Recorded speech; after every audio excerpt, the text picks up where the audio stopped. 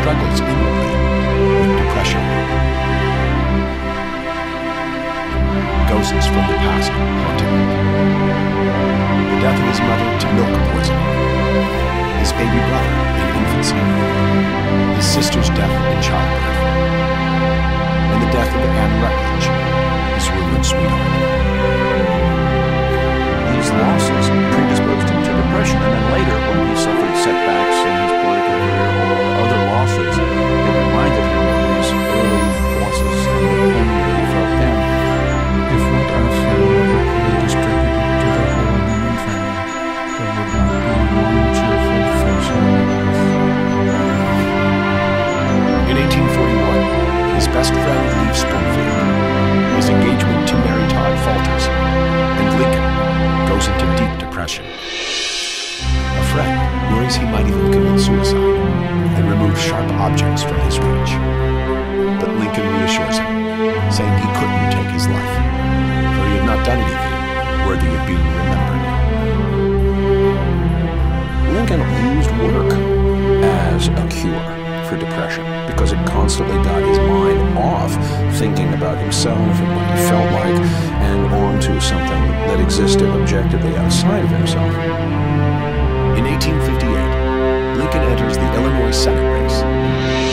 He knows he's a long shot, but never one to walk away from a fight. He challenges the incumbent, Stephen Douglas, to a series of debates. Citizens of the great state of Illinois.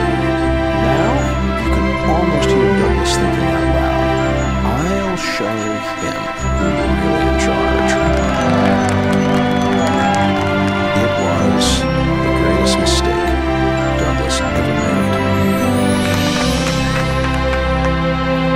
Before proceeding, let me say that I think I have no prejudice against Southern people. I believe that they are just what we would have been had we been born in their circumstances. If slavery... Lincoln has set the ultimate political trap. He's made a much better known political personality, elevate him to equal status by sharing a platform with him in 7 cities. I leave you now, hoping that the lamp of liberty may burn ever more brightly in your own hearts. Thank you. Lincoln's courtroom skills give him an edge. But his performance isn't flawless, and during one debate, he exhibits strange, troubling behavior. I accuse Mr. Lincoln of not supporting our efforts. When Douglas attacks his voting record, Lincoln becomes enraged. He grabs a fellow lawmaker by the neck and demands he refute the charges. It is a downright lie, and I won't have any more of it. He could explode in anger relatively frequently. Lincoln's friends notice other odd behavior, incoherent rambling, and insomnia. The idea of Abraham Lincoln, a man of infinite patience, being quick-tempered and prone to bizarre episodes, intrigues historians to this day. Now, scientists may have discovered an explanation for these outbursts. It is a downright lie, and I won't have any more of it. You have heard many For years, Abraham Lincoln treated his depression with a medicine common in the late 19th century, known as blue mass. To understand the impact blue mass had on Honest Abe, scientists at the University of Minnesota are manufacturing the 19th century formula. We went back to some of the old pharmacy literature, specifically to find a recipe for the blue mass pills. Crushed licorice root, sugar, rose water, honey, dried rose petals, and one ingredient that would be unheard of today: mercury. Mercury is a dangerous neurotoxin that poisons the brain, often resulting in unpredictable behavior. The usual dosage of this was one of these 2 or 3 times a day, so Mr. Lincoln was exposed to about 9,000 times greater amount of mercury than would currently be considered safe. By taking the pills, Lincoln may have inadvertently poisoned himself. but even he notices their side effects. Concerned that they're making him irritable, he eventually quits using the pills he'd relied on for decades. Despite possible medicinal handicaps, he fares well in his 1858 debates with Stephen Douglas. Although he doesn't win the Senate race, he claims a valuable consolation prize: publicity. What Lincoln gains from that is a national reputation for having taken on the little giant and very nearly upset him completely. Lincoln knows well that this is the perfect time to build a national reputation, thanks to the technological innovations that boost his newfound fame. Shorthand allows journalists to take down every word. Using the telegraph, they then wire their stories to editors hundreds of miles away. And with steam-powered presses, newspapers are quickly mass-produced to satisfy a nation's growing curiosity. The debates propel Lincoln onto the national stage. Overnight, he's a political celebrity. He capitalizes on this by publishing both an account of the debates and a campaign biography. Then, at the 1860 presidential convention, he steps back and lets his handlers loose on the delegates. They use counterfeit tickets to flood the gallery with supporters and negotiate backroom deals that all but secure him the nomination. He was able afterwards to say, I didn't actually sign off on any of these deals, so his hands were clean, but that sounds a little bit like plausible deniability. In a stunning demonstration of political brilliance, Lincoln, a virtual nobody just 3 years before, emerges victorious. His honest reputation and savvy campaign staff help him clinch the Republican nomination.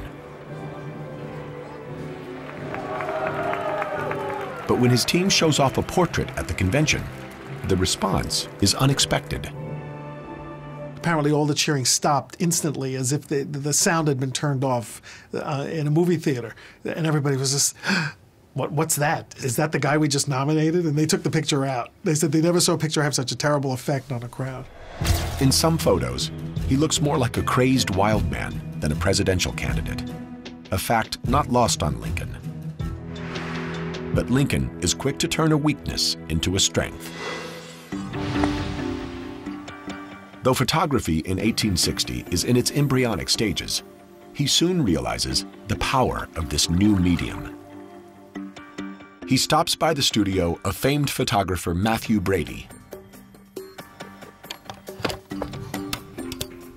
So many of the early photographs focused on those imperfections and those creases and molds and lines and all of that. Brady moved the camera back to emphasize Lincoln's physique and his stature. And then at the last minute, he says to Lincoln, would you mind pulling your collar up? And Lincoln says, I see, Mr. Brady, that you'd like to shorten my neck. So Lincoln tugs his collar up, and just when he does it, Brady's operator snaps the camera. The result is a powerful image. Dignified and presidential, it radiates confidence. Lincoln's campaign mass produces and distributes the photo, plastering his face everywhere. That was the way Abraham Lincoln was really introduced in 1860, in colorful images that masked his imperfections, that plastered down his hair, took some of the lines out. I mean, he was airbrushed generations before anybody knew what airbrushing was.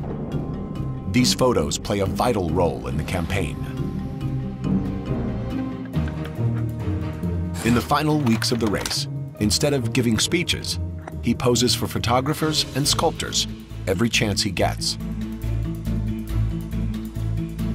By contrast, his old rival, Stephen Douglas, hits the campaign trail, a critical mistake.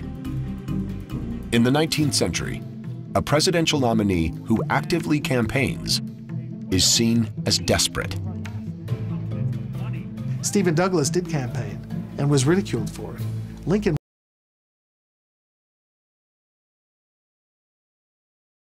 Kentucky, and Missouri, into joining the Confederacy.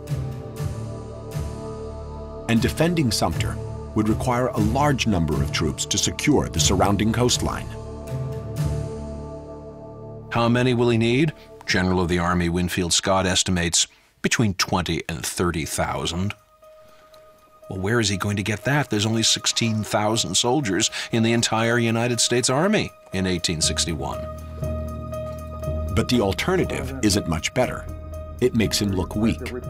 Lincoln can concede the fact and turn over Fort Sumter to the Confederates and evacuate the garrison, in which case his administration is dead on arrival. The first challenge the Confederates make to his authority as president, he is conceding to them. Lincoln sees a third option. He decides to send not men or arms, but food and supplies. For a lengthy standoff would cause the secession movement to lose steam. This puts the pressure back on the Confederates.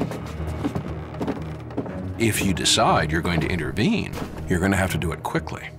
Before that ship with the supplies arrives, you're going to have to use artillery to blast Fort Sumter into submission. Exactly as he'd foreseen, South Carolina fires upon Fort Sumter. It soon falls into Confederate hands. Although Lincoln has lost control of the garrison, he's kept the border states neutral and won something greater: the support of the North. When Lincoln issued a call for 75,000 volunteers, he was swamped. Far more than 75,000 people responded. But getting his military to act is more difficult than he realizes. Lincoln's authority is questioned by his commanders, especially General George McClellan. Early in the war, Lincoln had promoted McClellan to lead his armies. Their relationship started off well, but quickly soured. McClellan took a demoralized, defeated Union army, whipped it into shape, restored its morale, equipped it and trained it and supplied it well, but then had no nerve to actually use it in a fight. McClellan's reluctance to engage the enemy tries Lincoln's patience. For months, he urges the general to be more aggressive.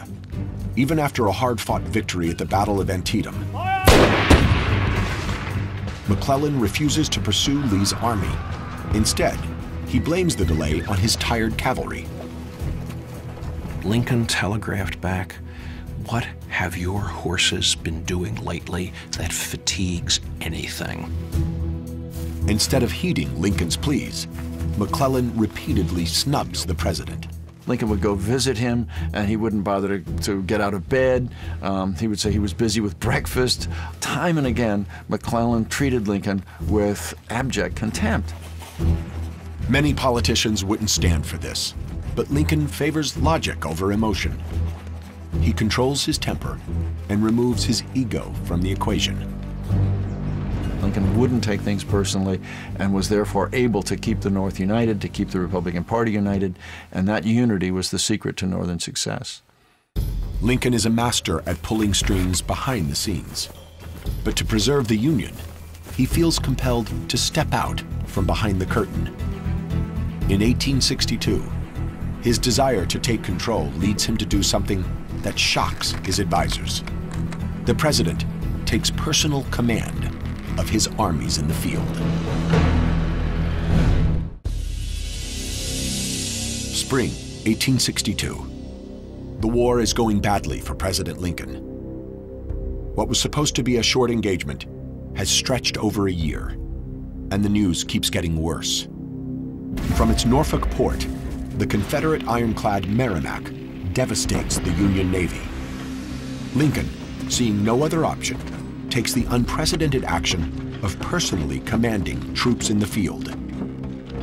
No one thinks Lincoln is serious, but his trip to the front lines is no joke.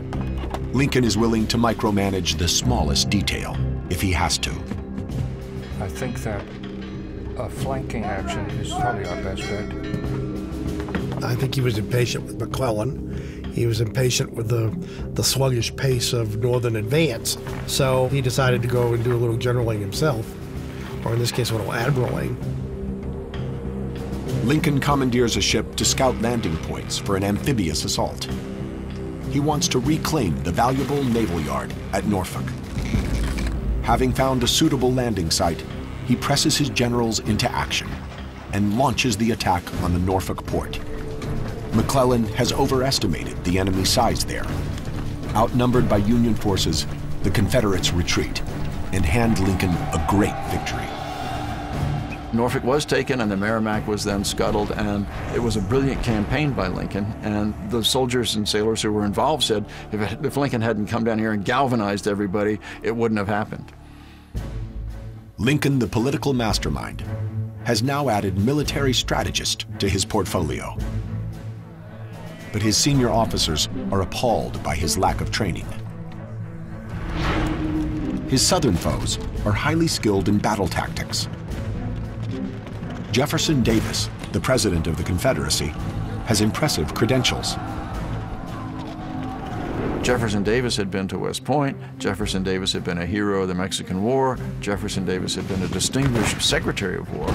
Lincoln had no such credentials or background. Early in the war, Lincoln realizes he lacks knowledge in military strategy. So he turns to the same place he learned to practice law, the pages of books. He went to the Library of Congress and ordered books. He read them, and suddenly he knew as much about war strategy as anybody who had gone to West Point. Having done his homework, Lincoln is eager to put his knowledge to use. So he writes his generals outlining his thoughts. While the North has superior numbers, a larger army and navy, the South has interior lines, road and rails to quickly transport their troops and outmaneuver the Union. Lincoln weighs these strengths and then suggests a course of action. We must fail unless we can find some way to making our advantage an overmatch for his. This can only be done by menacing him with superior forces at different points at the same time. By attacking from both the east and west, Lincoln can prevent the Confederates from simply shifting their forces. However sound his strategy, Lincoln struggles to convince his generals. Lincoln finally found some generals who would actually do it. And when Grant and Sherman and Sheridan and Thomas then start putting the pressure on all fronts, Lincoln says, well, finally, that advice that I've been trying to get my generals to adopt for the past 2.5 years is being taken. By 1864, the country is soaked in the blood of its soldiers, blue and gray. By war's end, nearly 620,000 men are dead. After years of fighting, Lincoln is under incredible pressure to justify the terrible sacrifice and bloodshed. On one side, he has abolitionists clamoring to give the war a moral purpose.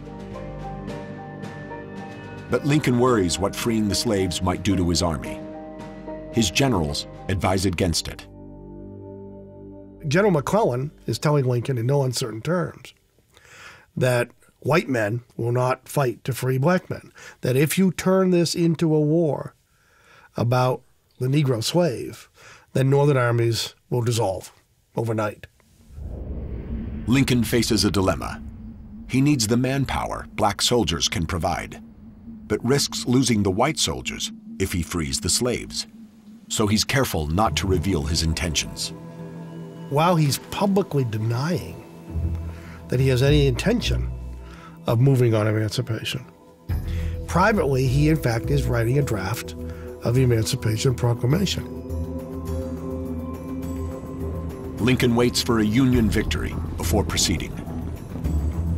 And when he finally makes the announcement, he emphasizes the practical benefits. The proclamation only frees slaves in Confederate states. It reduces the Southern workforce and adds 200,000 black recruits to Union ranks. At the same time, Lincoln begins to cast the bloodshed in a new light. He persuaded people that there was a secondary cause to the war, that union meant liberty, that liberty would preserve the Union. It was intertwined. Every man has a right to be equal with every other man. In this great struggle, this form of government and every form of human right is endangered if our enemies succeed. Overnight, Lincoln redefined the war. No longer is it a war about states' rights. It becomes a war for human rights. Lincoln's shrewd mind infuses the war with a new purpose. As the fighting intensifies, he continues to be a hands-on commander-in-chief. But Lincoln's lack of experience occasionally shows through. And when the fighting reaches Washington's borders, he makes a critical blunder. July 11, 1864. A Confederate raiding party sneaks to the outskirts of Washington. At Fort Stevens, they engage Union forces. With General Grant occupied to the south, Lincoln decides he'll supervise the action himself. Flushed with confidence, he walks right into the line of fire. Lincoln wanted to go out and see the fighting. And so he did. He went out and stood on the parapet and observed the Confederate forces coming and the Union resisting them. Lincoln is so fascinated by the battle, he ignores the danger. Up on the parapet, he's exposed to Confederate sharpshooters. By that time, everybody knew who Abraham Lincoln was and what he looked like, and he was the tallest target in the United States.